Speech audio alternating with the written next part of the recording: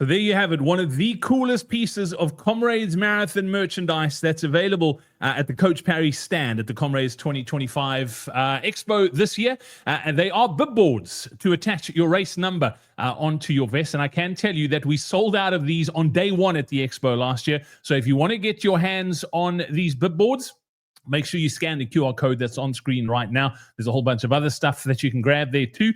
And most importantly, you can pick up your Comrades Marathon pacing chart. I got this picture from our team. They've just started printing the pre-ordered ones so that they'll be ready and waiting for you at the expo. They look amazing. They're in Comrades yellow, black writing, so really easy to read, waterproof, and they'll make sure that you hit your goal come Comrades 2025. So scan the QR code that's on screen right now. Make sure you pre-order your Comrades Marathon pacing band, and we look forward to meeting you at the expo. Now, straight into today's podcast. Welcome on to the next edition of Down. We are 3 weeks to go until Comrades race day. Lindsay, yesterday I was the whole day going, where am I going to be this time in 3 weeks? And I think this is going to be the pattern we are going to be having right throughout the next few weeks and every single Sunday in the build-up to Comrades. It is inching ever closer, just around the corner. And in today's podcast, we are going to be running you through the 2025 Comrades Marathon Down Run route. A lot of people have been asking us about this, and I think it is time to start wrapping your head around what's coming your way in just 3 weeks' time. Lindsay, I don't know if I'm nervous or scared or excited, but I guess that's normal to be feeling that way this time ahead of Comrades. Yeah, absolutely. We touched last week on the taper and, spoke about starting it slowly, and then now 3 weeks to go is the taper. And with that come the real nerves, because you suddenly realize, well, actually the training is kind of done. There's more chance of me messing this up by doing too much now than doing too little. But that also brings the realization that means like eek, Comrades is around the corner, and the next 3 weeks are going to go like that. Yeah, I did have that feeling on my long run this weekend, because that is going to be the longest run I'm doing, the last of the longer runs, if that makes sense. It's not the longest run I've done, but it is like from here on in, it gets shorter and shorter. So yeah, I'm feeling excited that it's done, but sheesh, I'm nervous. Yeah, look, every weekend from now on is going to be the longest run until Comrades, because every weekend the runs are the longest, but they are shortening. But you finish it and you go, that's the longest I'm going to run until Comrades Day. So yeah, that is the feeling you're going to have pretty much every weekend. Yeah, it is normal. Lindsay, we're going to be talking about the route today, but before we do that, I think we did do a whole podcast on the cutoffs and sort of how they relate to the way you should be running Comrades. And because we're talking the route today, I think it's just important to just recap that again, because the cutoffs aren't the ideal way to run Comrades. Obviously, we've got our Coach Parry pacing bands, which you can pre-order right now, by the way. You can click on the link in the description or that's on screen right now to pre-order yours and pick it up at the Expo in Durban. The pace charts, talk us a little bit about the pace charts, how you work them out, because a lot of people have asked, like, do they take the elevation into account and that sort of stuff? Talk about how you've actually put those together and why they are the ideal way to run Comrades. Yeah, so Brad, I've taken the GPS file from the official measured Comrades route for 2025, 89.98. So on your Garmin's, everybody, Comrades isn't long. Your Garmin's are going to be close to 91. And then if you ran extra by moving across the roads, quite possibly even 91.5. That's not because Comrades is long. That's because GPS is not accurate. Okay. But at 89.98, that's the official distance.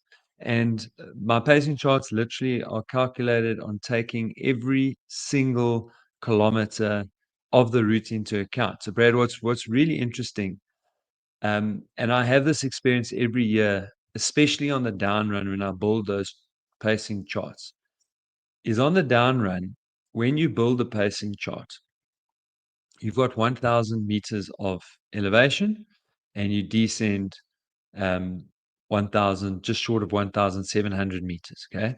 So you've got 700 meters more descent than you do ascent. And what that means when you plug it into an algorithm is that the second half is miles faster. Miles. Like as in, if I plug in that I want someone to run an 11-hour Comrades And because I've got an algorithm that's pretty accurate at predicting how much faster or slower people will run when they go uphill and downhill, kind of brings people in like 10:51. Okay. So that just shows you how much faster in reality you should be running in the second half. So we know that that's actually not going to be the case for a number of reasons. Um, one of them being that we are obviously going to fatigue as we go, but even taking that fatigue into account, if you can run in the second half of Comrades, you should still be running quicker.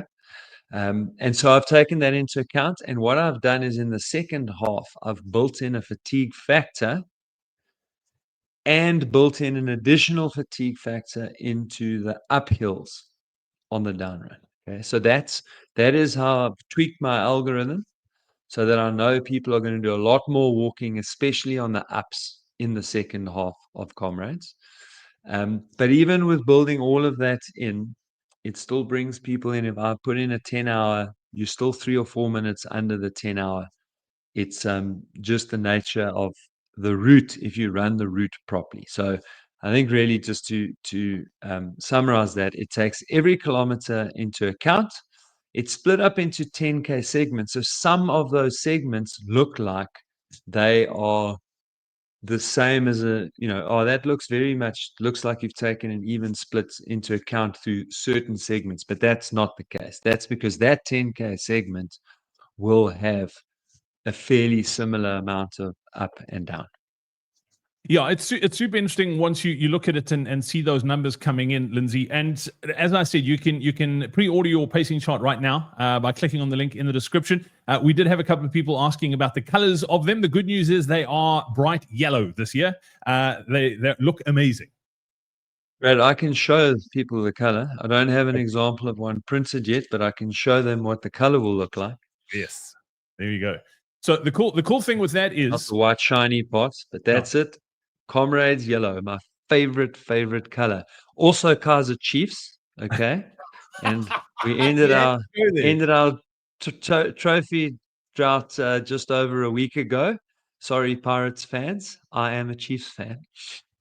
Yeah, and the cool thing is obviously the printing is in black, so they're much easier to see, which is great, because that was one of the things that people were asking us about with the red one. You could see it, but it wasn't for people like me who are colorblind and struggle with color differentiation. The yellow is going to be perfect, which is great news. So you can click on the link in the description now. Lindsay, before we get into the sort of route and approaching this route, sort of segment by segment and what we need to do, won't you just give us a high level, like what is the best way to run Comrades? Like from a should we be going through halfway slower? Like what's the deal here? Yeah, no, I'll give that to you, but just in case there's a few Sundowns fans that think that yellow is Sundowns, just so that we can be very clear. You see, my stopwatch is chosen. It's black and yellow, which is Comrades and Kaiser Chiefs, the two biggest brands in South Africa. Okay, just in case anyone's wondering. Okay, and now we've got no one else listening, which is great. Thanks, Lindsay. Okay, right. Sorry about that, Pirates fans. I promise I'll apologize to you in person when I see you in Durban. So, yeah, so Brad, on a very high level, I think, again, just to reiterate, we've got 1,000 meters of ascending, got 1,700 meters of descending, and the vast majority of that descending is actually happening in the second half. Okay, so that actually, from a high level, tells you pretty much everything you need to know. There's a ton of climbing, particularly in the first third of the Comrades. Then there's some much more gentle, like rolling, but tending towards down, kind of in the middle third, with the exception of the big climb out of halfway. So you've got a really hard climb early in that second half, but pretty much then the final third is all downhill with a couple of exceptions, some small climbs, which we'll go through now in detail. So from a very high level point of view, you want to manage yourself, not so that you're fresh at 60 Ks. No one's going to be fresh at 60 Ks. And I think that's kind of the impression that people feel like we're trying to give. It's hold back so that you free. No, that's not the intention at all. But we want you to hold back enough so that you can run. Because if you can run the final third, and that's really the most important thing, is like manage yourself so that you run more than you walk in the final third. And if you do that, you are going to run the Comrades time that you set out for yourself, because there's just kilometers and kilometers and kilometers of really nice running in that final third. Yeah, absolutely, Lindsay. And it's, you don't even need to run fast. You just need to be able to run. That's the point. And I think in my first one, I didn't, again, as you said, like, you think you have to save yourself and you're going to feel great at 60. You're not going to feel great at 60. And that for me was a big thing. Second time round, where I was like, oh, you're supposed to feel this way when you get here. It's normal. Everyone's feeling this way. So yeah, I think that's important to note as well, particularly for the novices. Yeah, no, 100%. I mean, there used to be 1% of the field used to run negative splits. Now we have thousands of runners. We're into the thousands of people who run negative splits because they give it a chance. That is always the key, is you've got to give it a chance. And we haven't spoken too much about the cutoffs, but that is the beauty of the cutoffs, is that you no longer are under pressure to run a positive split, because you don't have to catch up 8 minutes or whatever it is you're going to lose at the start. You're going to lose less time at the start. Plus, you don't have to get there. If you're a 12-hour marginal 12-hour finisher, you just don't have to get there in under 6 hours. You don't. You can get there, well, up to 6:40, which I wouldn't recommend, but certainly 6:05, 6:10, you still have a good chance of finishing Comrades. And then that should filter into the rest of the field. I mean, the rest of the field don't run too fast because they are scared of missing a cutoff. But you've just got to, now that the whole field has the opportunity to run it properly, I hope they all do. Yeah, Lindsay, I was actually thinking about it. I think like 2 or 3 weeks ago, you said something, and I was like, I must bring that up, and I forgot. But it's reminded me now as well. And we've spoken about this in previous years' build-ups to Comrades, and we haven't mentioned it once this year. And I think this is important too, because you always talk about, like, we always get the question, like, should we try and bank time for the second half? So should we go out fast and bank time, so that, because we are going to be tired and we are going to lose time. So if we go out faster, we've then got enough time, which buys time for walking.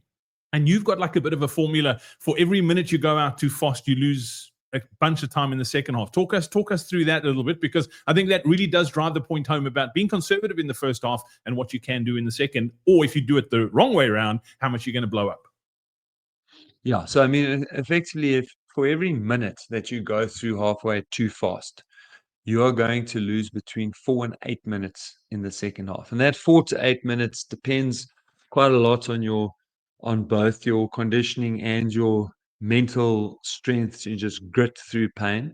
But you'll lose 1 to 4 minutes. So if you're a marginal finisher, and you should aim to go through halfway in between like 5:58 and 6:05, 6:07, that's kind of your window. So every minute that you are under 5:58, you're going to lose 4 to 8 minutes. So if it's 8 minutes and you lose 16 minutes in the second half, you're dead. Your race is, you're not going to finish Comrades. So that's the risk for the people at the back. And of course, any marginal medal finisher, you just, if you go through too quickly, you just throw away your what the medal is that you were targeting.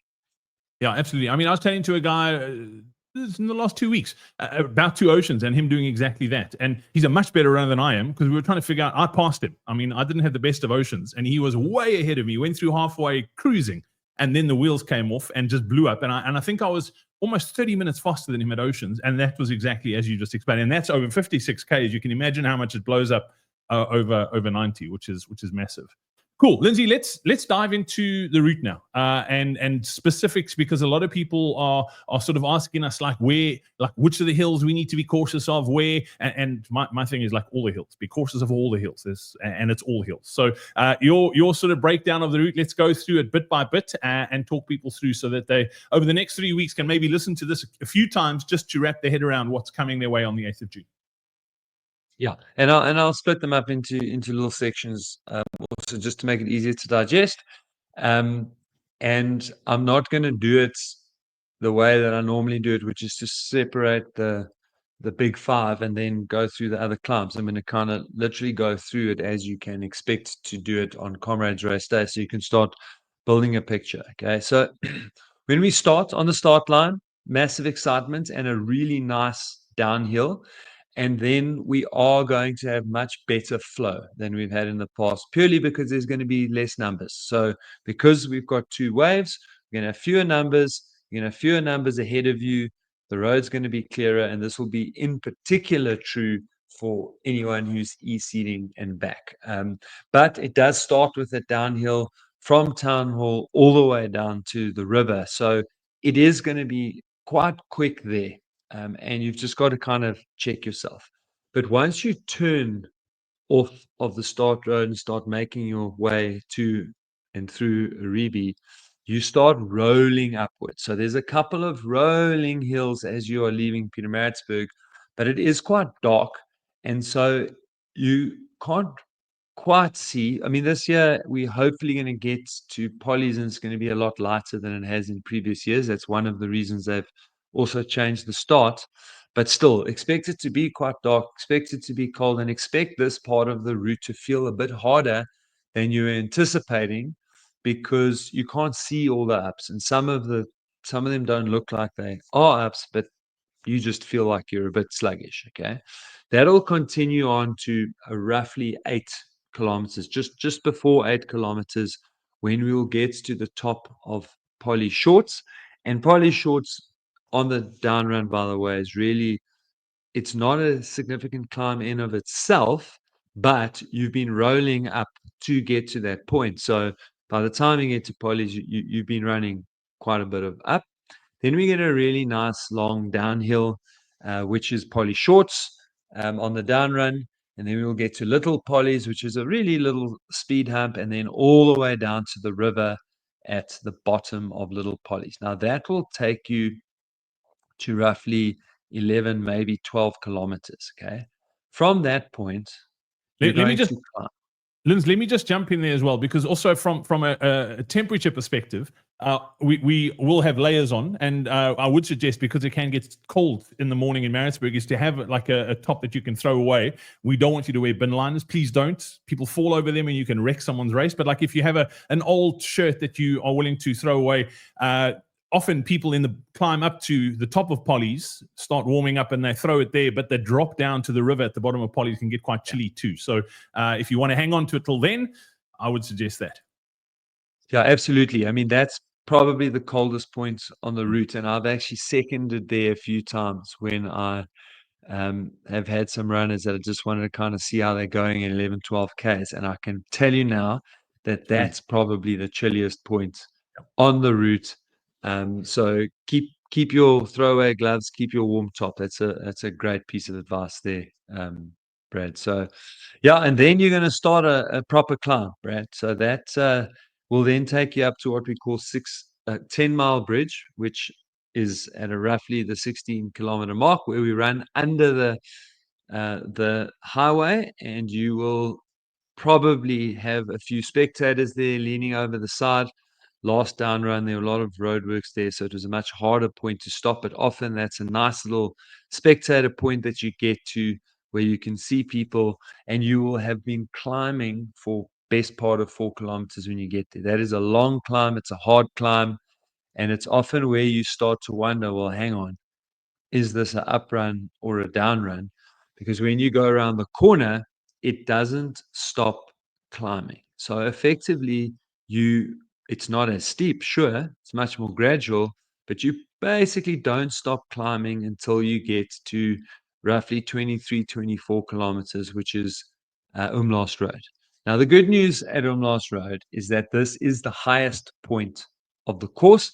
And while it's not really mathematically the first third, that's kind of the from a race planning point of view, let's call that phase one. Let's not use the word third, because then it makes me sound like I am math lit.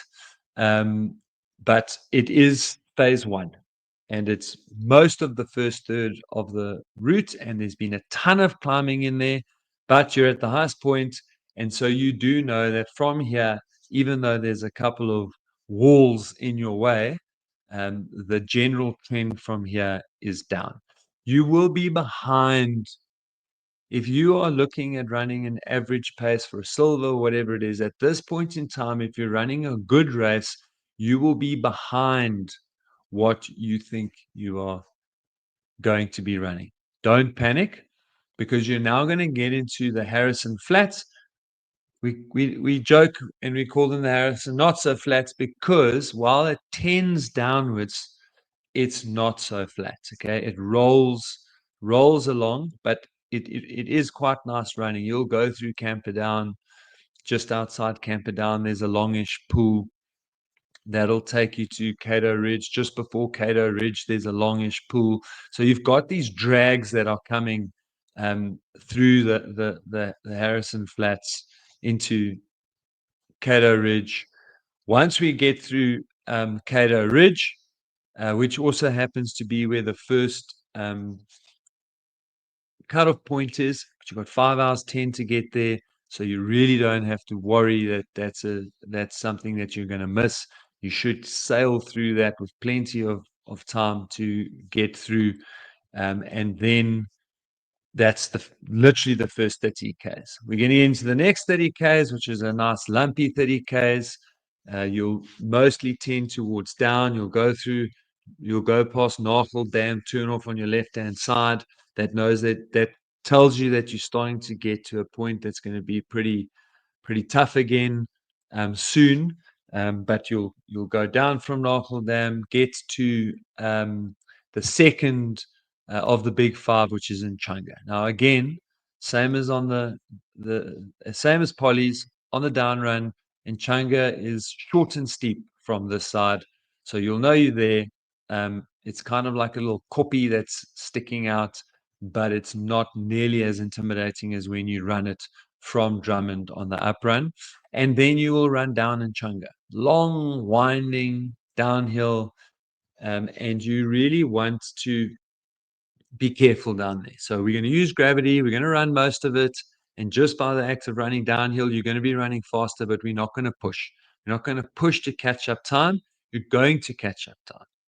That's going to take you to 45 kilometers. Now, from 23 to 45, that's almost 20 kilometers, of which the majority is going to be downhill. And so you'll probably be pretty close to your average time that you need to be to get the time you want to run. Maybe a little bit ahead, but I don't like people getting too far ahead, yeah, about halfway. That's just means you've been running those downs too hard. You've been crushing your quads, and you're going to pay for that later in the race. Okay. Once you leave halfway, the first bit is so steep, so steep, and it can cause you a little bit of panic. Distract yourself as you come around the corner. Arthur's seat will be on your left-hand side. You can't miss it because there'll be tons of flowers there. You'll probably see other runners around there. So if you have got time, and you're not on the clock and tight on a 12-hour, you can go over and lay a flower on Arthur's seat, even sit in it and take a selfie of yourself. You're a 12-hour runner. You will merely doff your cap. If you don't have a cap, you will just acknowledge Arthur as he sits and has his smoke and looks out over the valley of 1,000 hills. If you do that, he'll bless you with good luck in the second half of the Comrades race. Right, this is going to, in total, be about 6 kilometers of climbing, Brad. It's a hill that is split into 3 segments. The first bit out of Drummond, as I said, is very, very steep. Then you get a little bit of a break. Then you'll get the long section that'll take you to Elveston Mast, where you'll get some reprieve and drop down and actually get a nice, like maybe half a kilometer of downhill to just ease the fatigue in your quads a little bit. And then you get the final pull up and around the corner that'll take you into the village of Botha's Hill, past Kersney College, and that will signify around about 50 kilometers and 40 Ks to go. My very first Comrades, Brad, funny story. When I got there, I actually saw 39 Ks to go, slightly shorter Comrades. I think it was 89.2 that year, but I saw 39 Ks to go, and my brain was like, ooh, a marathon. And that was that was the end of me. I I struggled from there. I won't lie. Um, but of course, I now know better. I've learned to run the race, and yes, it is still far to go, but the vast majority of it is much, much easier running. Okay.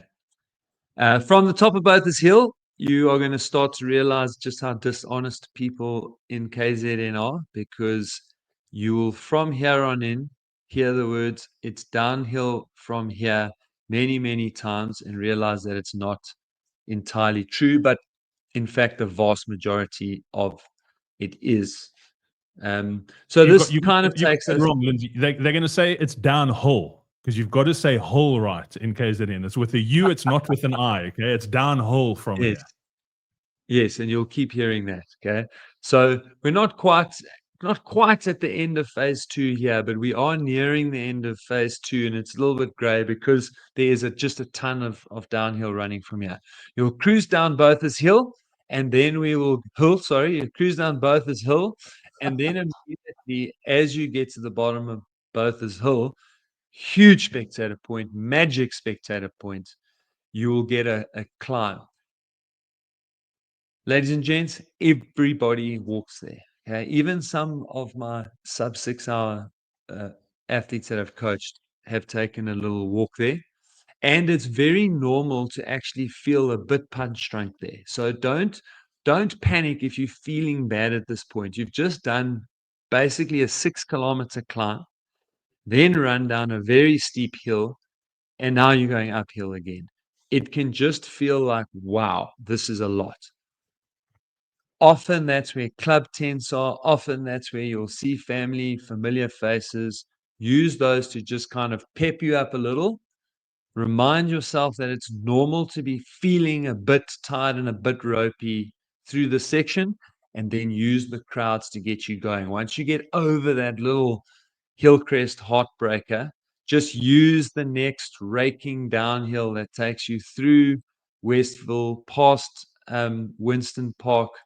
No, The not through Winston Westville. Park. You've moved Westville on the map, Lindsay. Did I say Westville. Westville? You said Westville. Sorry, Hillcrest, through Hillcrest until you get to Winston Park.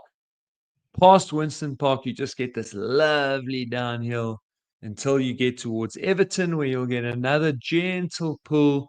Use that as an opportunity to take one of your walk breaks. You'll hook a left over the, I think it's the M13, and then you're into Kloof. Lovely shaded area, another magic spectator point, actually a sponsor activation point where there's a bit of live entertainment, DJs, music. It's just really, really cool little patch. And that's the patch where I kind of always use I give myself a little talking to, tell myself that Comrades is going to get hard, but I just need to be ready for it, because if I'm ready for it and I can keep myself running, then I'm going to have a magnificent run. And then when you exit Kloof, that is the end of phase 2, and we are now into phase 3 of Comrades, and we get to Fields Hill. Now, this is probably the most dangerous part of the route after starting too hard. So the 2 points where we really have to be wary and look after ourselves: on Fields Hill, 3 kilometers, steep downhill, cambered. So I like to run a little bit wider on Fields Hill. I find that it's just a little bit easier on the camber. But if you run wide, please watch out for the cat's eyes.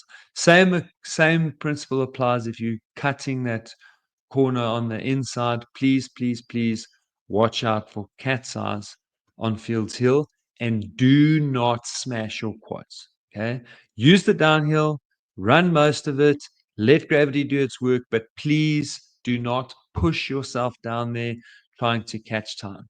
The reality is that by now, after all the downhill running you've done since the top of Botha's, you are very close to being on track and probably a little bit ahead. Okay, that's kind of where you want to be. Get to the bottom of Fields Hill, and then we'll get to Pinetown. Now, yeah, it's a pretty good spectator spot. It used to be an unbelievable spectator spot. Over the years, Pinetown has become just a little bit run down, and there've been quite a lot of roadworks over the last couple of down runs. So that's probably the bigger impact on why it's not quite as loud as it has been historically, and it can be quite hot there. Plus, it's rolling. So Brad and I had this chat the other day where I was saying that it's an easy section, it's quite flat, and he was like, "Yo, I just remember it being quite lumpy," and he's right. It is a bit rolly and lumpy. It's not too bad. And then you will get to the foot of Cowies, and that is now the fourth of the big five. So you're really starting to chalk the race down. You're eating into the numbers here. You're probably going to hit that at about 19 Ks to go with the 90-kilometer finish. And Cowies is pretty damn hard and steep. And I spoke about the pacing charts earlier. This is one of the hills that I've really factored in a slow climb. So you don't have to rush up there. You can really take your time. My attitude with Cowies is always to try and run it in a way that it doesn't hurt me at all. So if I need to walk more, I'll walk more. But I don't want to get to the top of Cowies any more knackered than I am at the bottom. I really just give away time there. It's the last significant climb you're going to do. Very steep down the back end of Cowies. But if you look carefully, sometimes you can see the ocean from there. And that can really give you a lift because now you're on your way home. Right. The next section, and now we are in Westville, Brad. Okay. Once we leave Cowies Hill, we move towards and through Westville.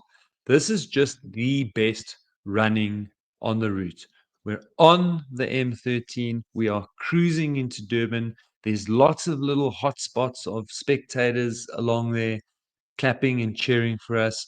It's the right gradient for your sore legs, and your legs will be sore, guys. Please don't think you're going to get there and everything's feeling amazing. Your legs are going to be sore, but you're going to be able to run, and it's good running, and you eat up kilometers, and it's a really positive part of Comrades. And this is where you'll start to get ahead of your time and start to think, hey, man, I'm going to actually do much better than I thought I was going to do at Comrades. This is kind of the glory part of the race. If you've managed yourself well, tired, sore, but just feeling so positive about the fact that you are indeed going to get the goal that you set out for yourself. You will hit just before 14 Ks to go, probably 15-ish actually, now that I think about it, with a 90 K finish, 89.98, sorry. You will get it very similar to in Hillcrest, where you just get a little climb and you just like, my body's finished with climbing now. It's just tired. It's had enough of going uphill. And again, it's really not long. You can take your time to get up and over it and then carry on with your march towards Cowies Hill. Now, Cowies Hill will come with around 10, 11 Ks to go. I need to interrupt you again. You've lost your geography, not Cowies Hill. 45th cutting. Did I? Jeez, man. Come on. 45th cutting. Come, Perry. Too much talking. 45th cutting. Lucky I've got Bradjo with me. And you know what? This is the sort of thing that happens to you when you're running, comrade. So I think I'm just getting too lost in what you feel like when you get there. So 45th cutting. Now, the interesting thing about 45th cutting is that I promise you, on any other day of the year, 45th cutting would be no challenge at all. It would be an easy little climb to get over. It would be too short to distract you from your easy training run, but it is a significant climb when you have run the better part of 80 kilometers. It's just about exactly a kilometer long. It might be 100 or so meters longer, but it's pretty much from in the old finish 10 Ks to go to 9 Ks to go. So let's say it's probably going to be 11 to go to 10 to go. And then a nice drop down the other side. And then you get to my worst climb on the whole Comrades, both up and down direction. And that is also just happens to be the final cutoff, which again, you've got 11 and a half hours to get there. So you're not going to get cut off at this point. Very, very few people will fail to get through that cutoff point.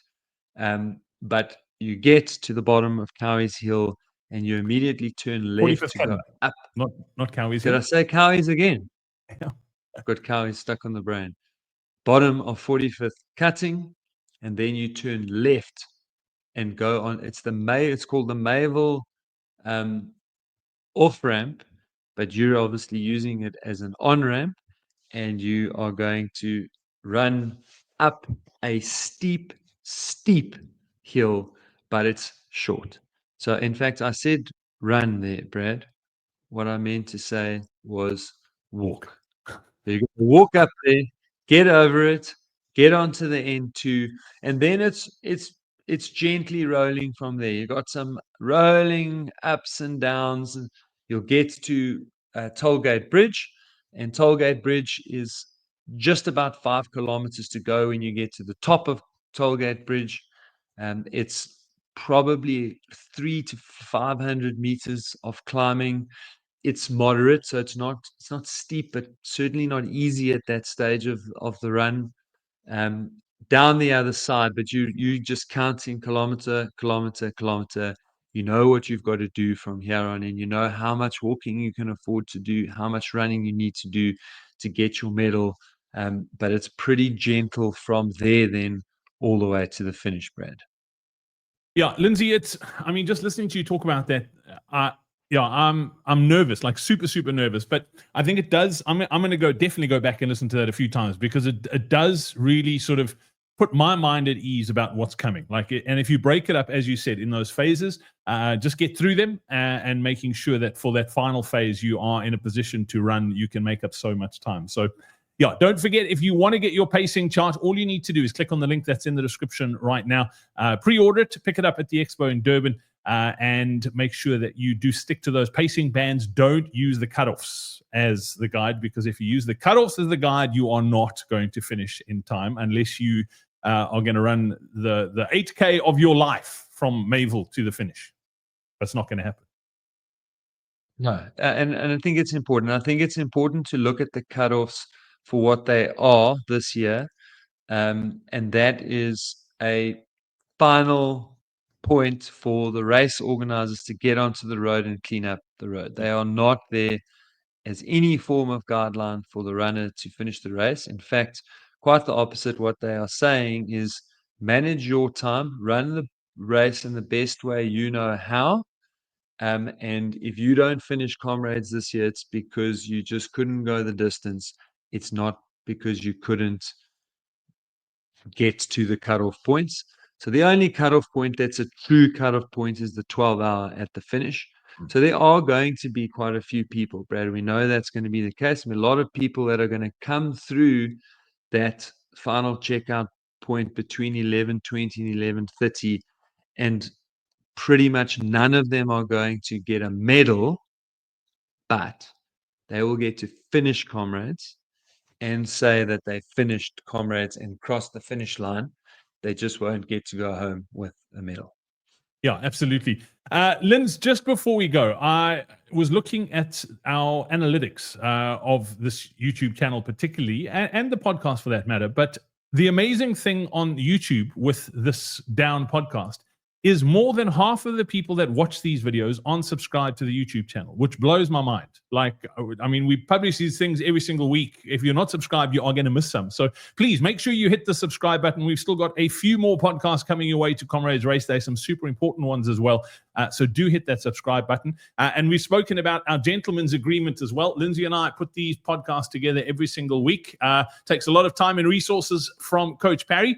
And we don't ask for anything in return, but there is a gentleman's agreement in place that if you listen to these podcasts, you need to leave us a review on whatever podcast player you listen on. So if you are on Spotify or if you listen on Apple Podcasts, please do leave us a review. It helps us get in front of more Comrades runners just like you, and we can help them get their medals too. So Lindsay, I absolutely love this podcast. Looking forward to the final two as we head closer to race day. I think it's also important to say that we are doing the final of the Comrades Marathon webinars, where we're going to show people how to save 20 minutes on race day, particularly the guys and girls at the back with me. how to make sure that you bank an extra 20 minutes by just doing some simple things on Comrades Race Day that will save you a ton of time. So make sure you register for that. The link is in the description too. Don't miss it. It is always one of our most popular. Lots of people watch it, and we look forward to having you on it as well. Final parting shot from you before I wrap things up today. Now, guys, 3 weeks to go. Make sure that you don't hurt yourself now. Keep it nice and steady, nothing fancy. Make sure you freshen up, get your sleep, stay away from sick people. And yeah, we'll see you again next week. Yeah, wrap yourself in cotton wool, and we'll chat next week. Cheers, everyone. Take care.